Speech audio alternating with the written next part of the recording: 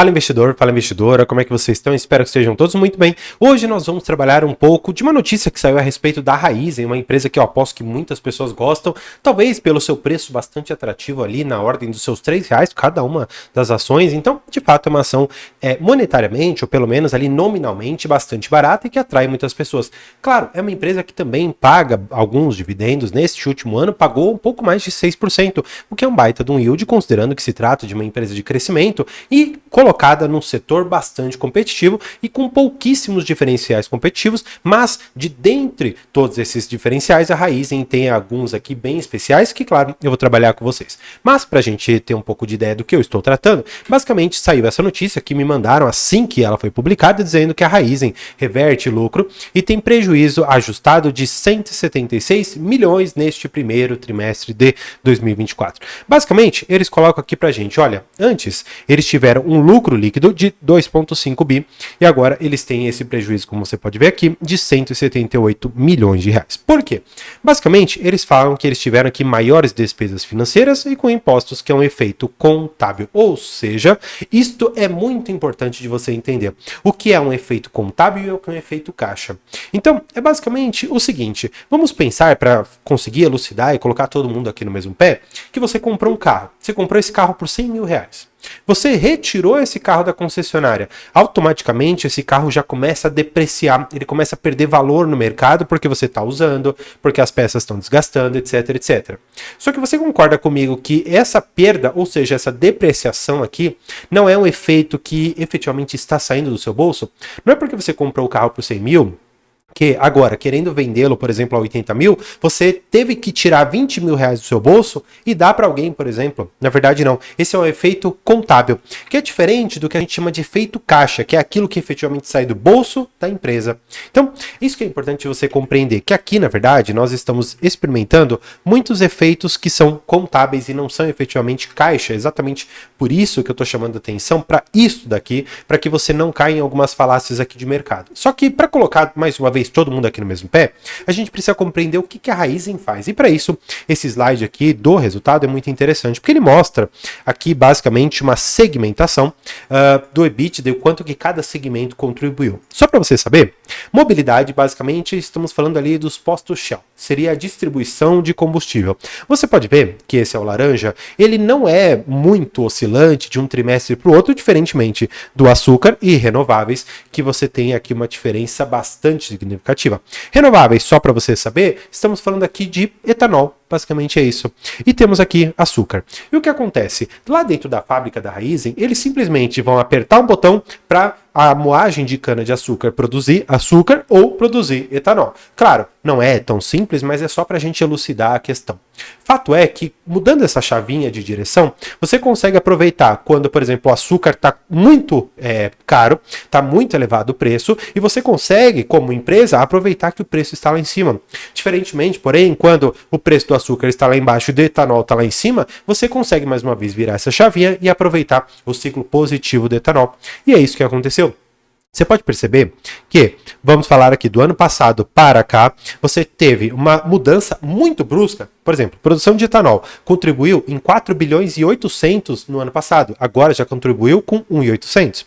Ao passo que o açúcar no ano passado contribuiu com 2 bi e 600 e agora contribuiu com 5 bi e 400.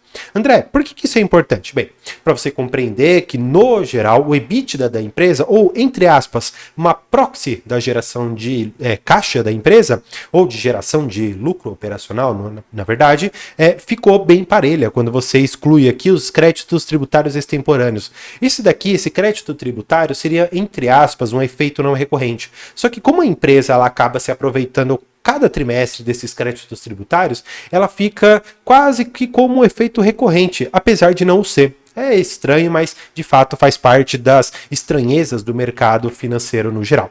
Bem, para a gente então começar realmente do início aqui do relatório, porque alguns itens eu achei interessante de eu grifar e comentar rapidamente com vocês, é que Eles trouxeram basicamente um recorde de moagem e o próprio CEO da empresa, ele disse que ele está confiante de que em breve nos tornaremos uma referência em eficiência e produtividade agrícola. Maravilha! Então, olha só, o CEO, a pessoa que comanda a empresa, claro, pode estar extremamente otimista ou exagerar um pouco aqui nas projeções, mas de uma certa maneira ele diz pra gente, olha, eu como CEO da empresa, como a pessoa que está à frente, eu estou otimista com o futuro da empresa e de fato eu vou dar uma outra olhada aqui com vocês ao longo do documento, que eu particularmente concordo bastante com esse otimismo. Bem, eles falam também um pouco do etanol de segunda geração, que já é uma realidade tangível, ou seja, o etanol de segunda geração, que até então era uma ideia um pouco distante, já parece, em relação aos investimentos que estão sendo empregados, algo que está sendo palpável, algo que está se tornando realidade, e isso é muito bom, porque pode, além dos diferenciais que a própria Shell, como posto de fato podem trazer o etanol de segunda geração para dentro ali da sua base e ter um maior diferencial competitivo e, claro, ter uma margem diferenciada em relação aos outros competidores do mercado. Seguindo aqui um pouco, eu queria detalhar com você algumas coisas, mas a primeira, para a gente não esquecer aquele conceito de efeitos contábeis para efeito caixa, olha só, a geração primária de caixa, ou seja, o EBITDA ajustado menos o CAPEX recorrente, ficou aqui na ordem de 7 bilhões de reais. Sim, houve uma queda de 10%, só que vamos convir que ainda que você tenha um mix ali melhor de produtos, você pode ter, por conta de volume, por conta de demanda, por conta de preços, por conta de inúmeros fatores, aqui uma queda de um trimestre para o outro, e isso é natural. O que eu gostaria que você enxergasse é que, na verdade, você precisa olhar a empresa em segmentos maiores. Conforme for maior o bloco de análise que você tiver, mais fidedigna ficaria a sua tomada de decisão em relação à empresa. Ou seja, se você olhar de um trimestre para o outro, você pode ver variações muito grandes. Agora, pega ali um bloco de 1 ano, pega um bloco agora de 3 anos,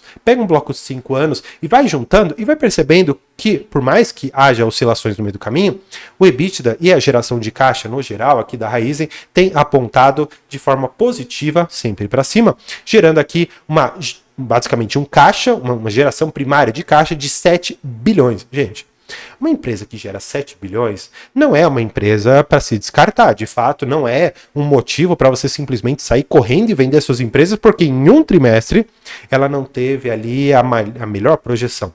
E outra, quando você vê o lucro líquido ajustado aqui da empresa, o lucro líquido, na verdade, não está como as reportagens colocam aqui. Ela não está, você vê aqui, ó, trouxe um prejuízo de 178 milhões. Mas quando você vê aqui os resultados, o lucro líquido ajustado, ou seja, retirando os não recorrentes que impactaram aquele prejuízo, você vê que a empresa teve 1 bilhão. Sim, houve um impacto negativo na ordem aqui dos seus 67% em relação a um trimestre e outro, mas efeitos pontuais são sim normais dentro das empresas, por isso que eu gosto que você analise em blocos maiores, tá bom? Seguindo um pouco para não ficar muito prolixo aqui, eu queria falar um pouco da alavancagem, né? A alavancagem é algo importante nessa empresa porque ela tem grandes valores para serem pagos. Eu estou falando aqui na ordem de tantos bilhões de reais ali, passando das dezenas de bilhões de reais para serem pagos em relação a investimentos. E claro, uma empresa que gera 7 bi de caixa tem capacidade de fazer frente a uma alavancagem grande de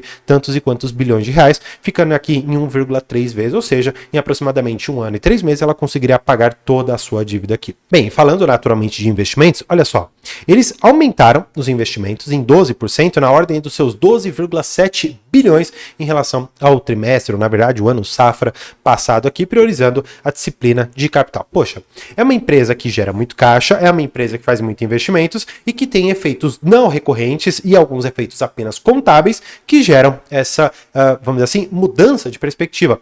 Então, olhando de forma clara, se você ajustar o lucro e perceber que, como efeitos recorrentes da empresa, você tem 1,3 bi de lucro ao invés daqueles 178 milhões de prejuízo, e vamos convir, uma empresa que tem uma receita líquida de 220 bilhões de reais, tem um prejuízo ali na ordem dos seus 170 milhões, Não parece que é muita coisa não, e a empresa de fato gera ainda assim muito caixa, tá bom? Seguindo aqui um pouco, eu queria trabalhar rapidamente algumas outras coisas, né? O quê? O plano de investimentos e o cronograma de construção das novas plantas. Isso para mim é o que vai diferenciar o investidor de curto, médio e longo prazo. Para mim, particularmente, o investidor de curto prazo nem precisa olhar para isso porque não te interessa, o que te interessa é preço. Então, para você não é essa a mensagem. Para você que é um investidor de médio e longo prazo, pode, em alguma medida, colher os grandes planos que eles estão colocando para o investimento e as construções aqui das plantas. Para a gente falar um pouco mais sobre isso, eles colocam aqui para baixo e eu vou exatamente para essa parte. Por quê? Eles colocam que para o etanol de segunda geração, eles tiveram um recorde de produção, maravilha. Para a primeira planta, que é a Costa Pinto, eles tiveram um ritmo consistente com capacidade de produção. Maravilha, a primeira planta, muito boa. Segunda planta, que é de Bonfim, início de comercialização. E além disso, eles falam que o início da operação da planta não teve nenhuma intercorrência, ou seja, ela operou bem, comprovando a sua eficácia e da tecnologia que foi empregada lá dentro.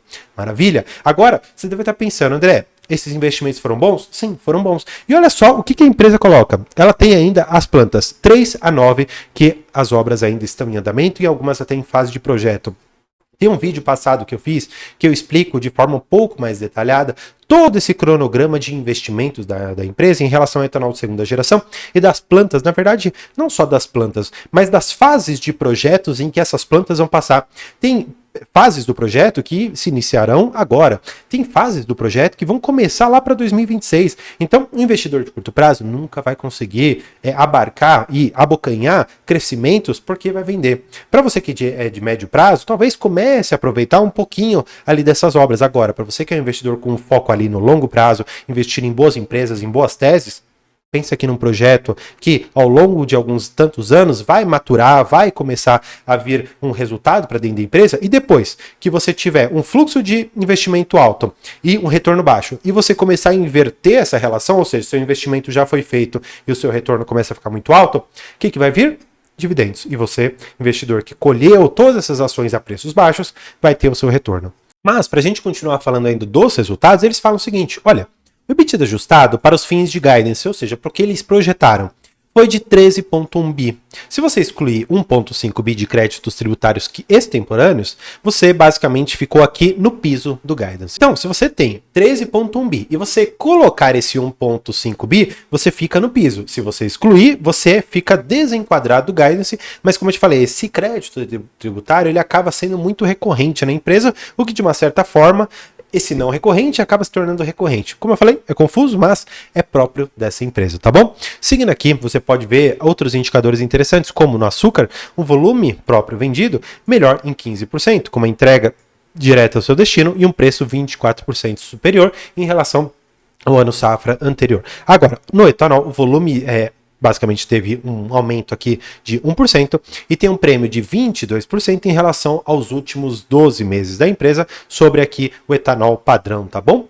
Seguindo, portanto, para a última coisa, eu queria mostrar isso aqui para vocês. Vocês já devem ter visto esses mercados aqui, OXXO, alguns chamam de Osho, enfim, cada um dá aqui o seu nome. Fato é que essa operação da empresa está ganhando tração. Sim, eles estão abrindo muitas e muitas lojas. E, de fato, isso tem se mostrado uma estratégia bastante assertiva para a empresa na medida que eles têm ganhado market share, eles têm conquistado ali espaço em inúmeros mercados que não eram até então atingidos por essas grandes redes como Carrefour, Extra, Dia, etc.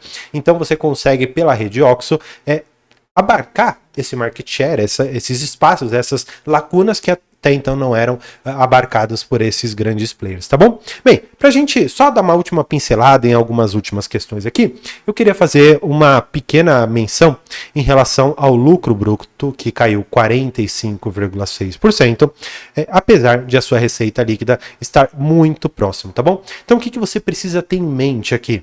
Você precisa ter em mente que algumas despesas aqui de fato estão impactando a empresa, ou seja, você não está conseguindo traduzir boa parte da sua receita líquida como lucro bruto, ou seja, a despesa aqui com venda está sendo ainda um pouco elevada e é natural do setor. Porque como você não tem um diferencial competitivo na gasolina, ou pelo menos no etanol, o etanol de segunda geração ainda não é tão importante para o resultado da empresa, apesar de estar ganhando tração, você não tem esse diferencial, porque o álcool da Petrobras ou o álcool de algum outro lugar que você vai colocar ali para você abastecer seu carro, não tem um diferencial a não ser o preço, o que acaba impactando e faz uma receita líquida ser muito alta, mas um lucro bruto acaba sendo um pouco mais baixo, tá bom? De qualquer forma, eu espero que você tenha gostado desse vídeo. Para você continuar acompanhando mais resultados, se inscreva aqui no canal, porque eu vou trazer vários resultados. Tem a nossa área de membros, onde eu trago também conteúdos educativos em financeiros no geral, a respeito de como organizar finanças, como ler balanços e, é claro, fazendo análise ali de alguns resultados específicos. E também vou deixar outros 2 vídeos aqui para você continuar acompanhando o meu trabalho. Por hoje é isso. Muito obrigado e tchau!